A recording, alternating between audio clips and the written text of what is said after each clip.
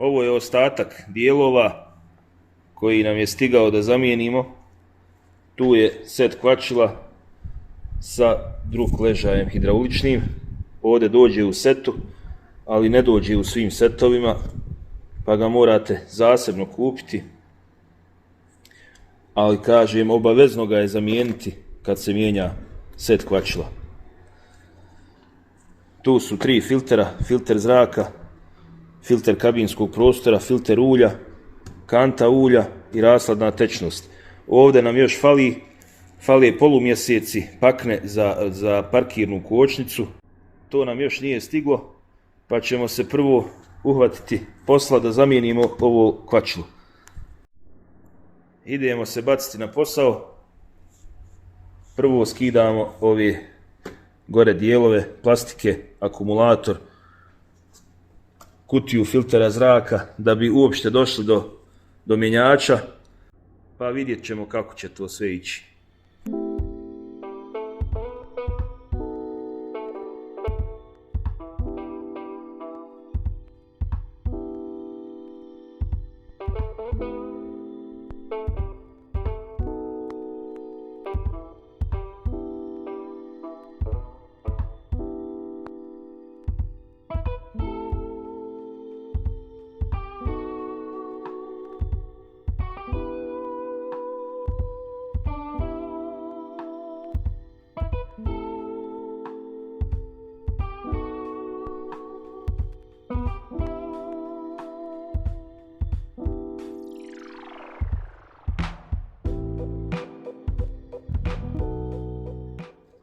Sad smo upravo došli do mjenjača. Ovo su 2 sajle od upravljanja mjenjačem. Imamo ovdje skinuti još ovih par džekova, hidrauliku, skinuti ovaj nosač ovdje sa sajlama zajedno. Ostaće nam mjenjač da visi na ovom nosaču. Idemo onda sa donje strane skidati poluosovine i ispustiti ulje iz mjenjača.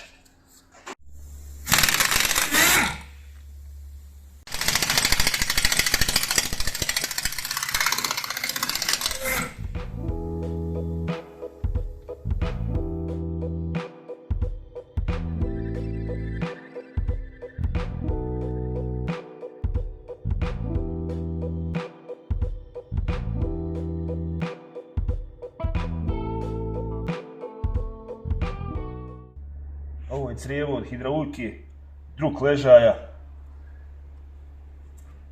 Začepit ćemo ga da ne bi curilo ulje.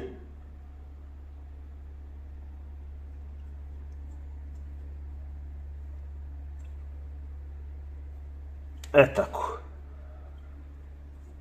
Sad možemo dalje.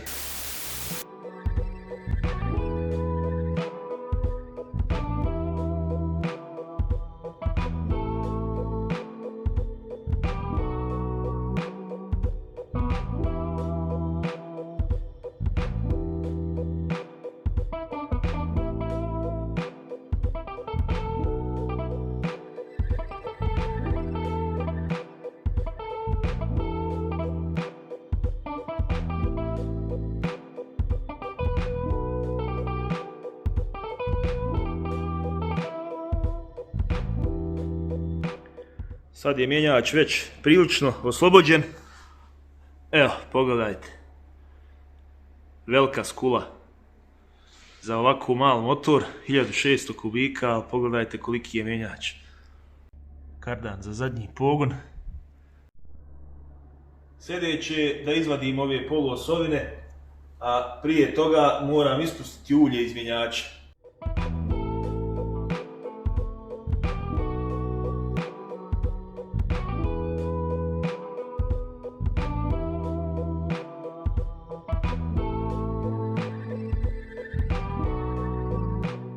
Dosta dobro izgleda za 100.000 km i nije loše.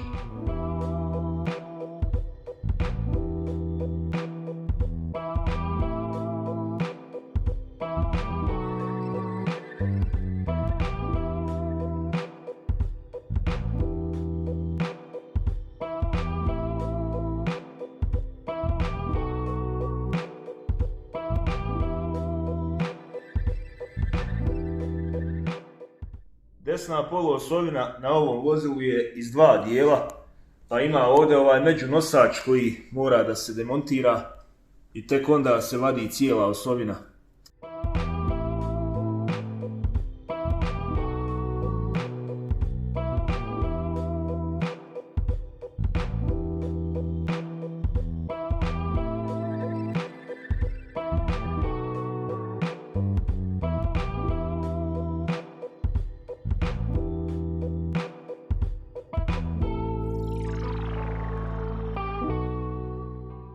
Evo je, tu je ta osovina, desna iz dva je dijela, u sredini je ovaj unutrašnji kinetički zglob, a ovdje ovaj dio je u mjenjaču. Isto tako kao i sa lijeve strane bi tu iscurilo ulje da ga prethodno nismo ispustili. Da se ne bi okretalo ovo sve, potrebno je prethodno ubaciti u brzinu mjenjač.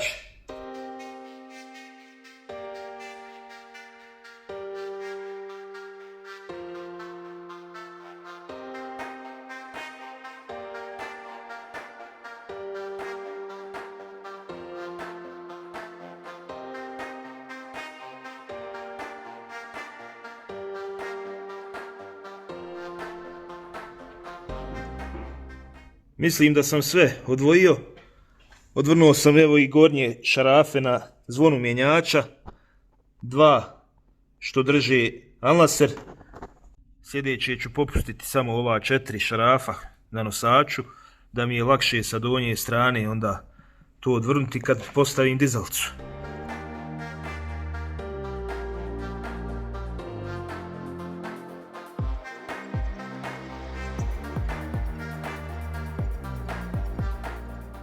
Odvrnuli smo sve šarafe na zvonu mjenjača.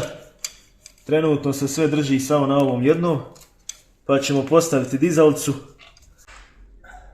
Prisustvuje tečinu slačenja mjenjača. Evo, dobio sam i pomoćnika.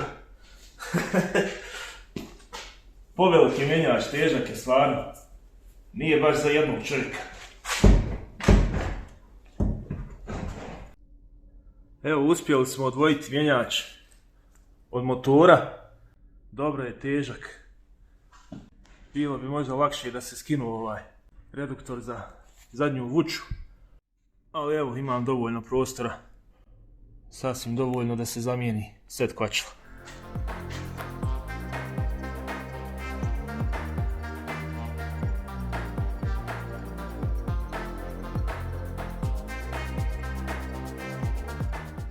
Konačno set kvačila evo skinut.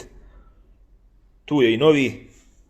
Idemo sad prije svega lijepo očistiti i zamajac, nalijegajući dio potisne ploče i lamele, zatim očistiti zvono mjenjača, podmazati spojničku osovinu gdje naliježe lamela, a to ću vam pokazati na koji način. Ne smije se staviti previše masti i ide posebna mast koja dođe sa nekim proizvođačima kvačila u kutiji.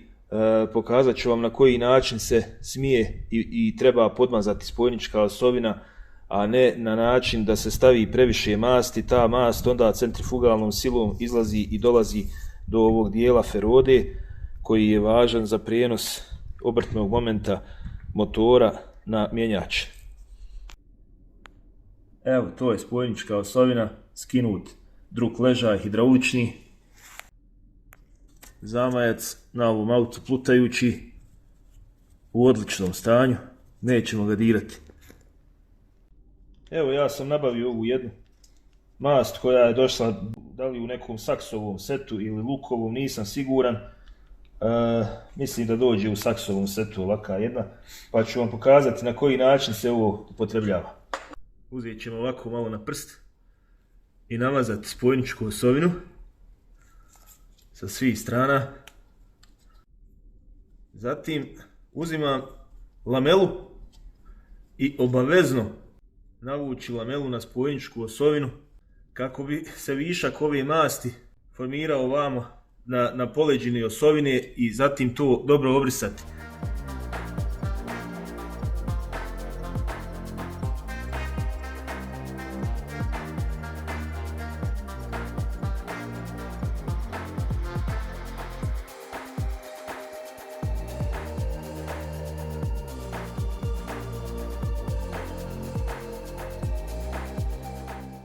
Evo ovako, okrenut ću je 2-3 puta.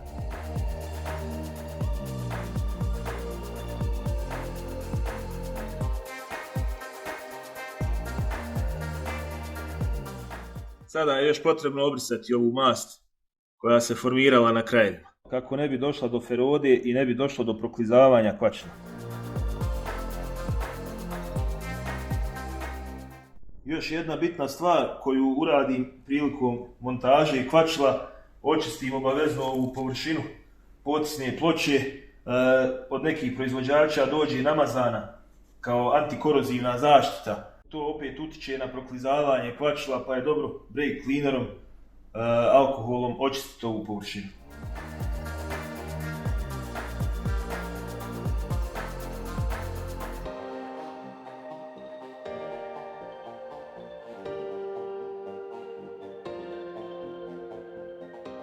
Namontiran druk ležaj, namontirano kvačilo, korpa i lamela. Ono što je vrlo bitno prilikom montaže je da centrirate lamelu u odnosu na zamajac i korpu kako bi se mogao mjenjač kasnije uklopiti bez problema. Inače, mjenjač ne može da naiđe, spojnička osobina se mimoilazi sa lamelom i ne može da priđe do motora.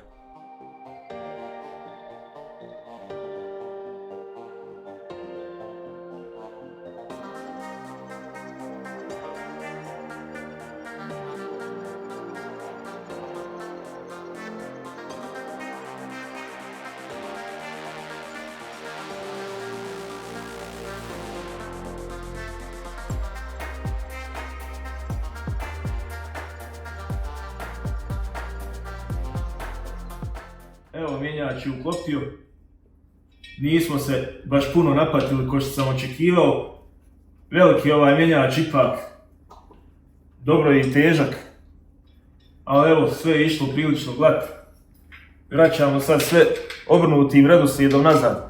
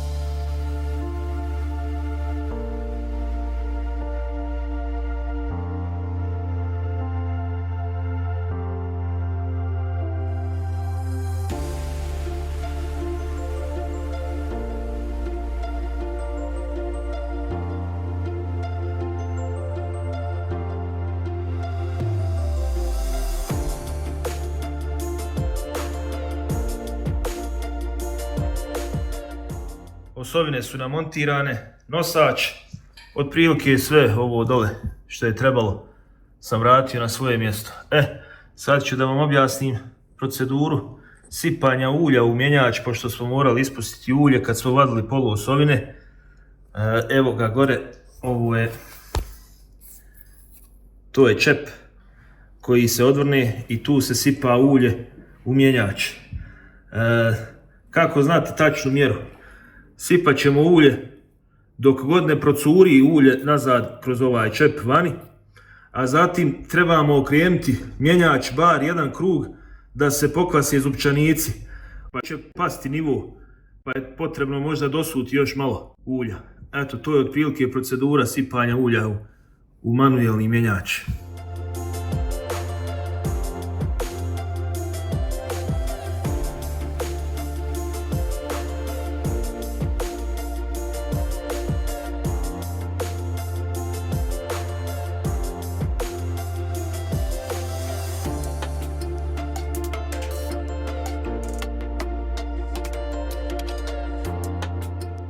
Nasućemo ipak novo ulje, ovo je prešlo 100.000. Ovo ulje je dosta rijetko pa brzo ide sipanje, dok na starim autima ide gušće ulje i onda još ako je hladno ulje i hladnije temperature onda baš treba vremena.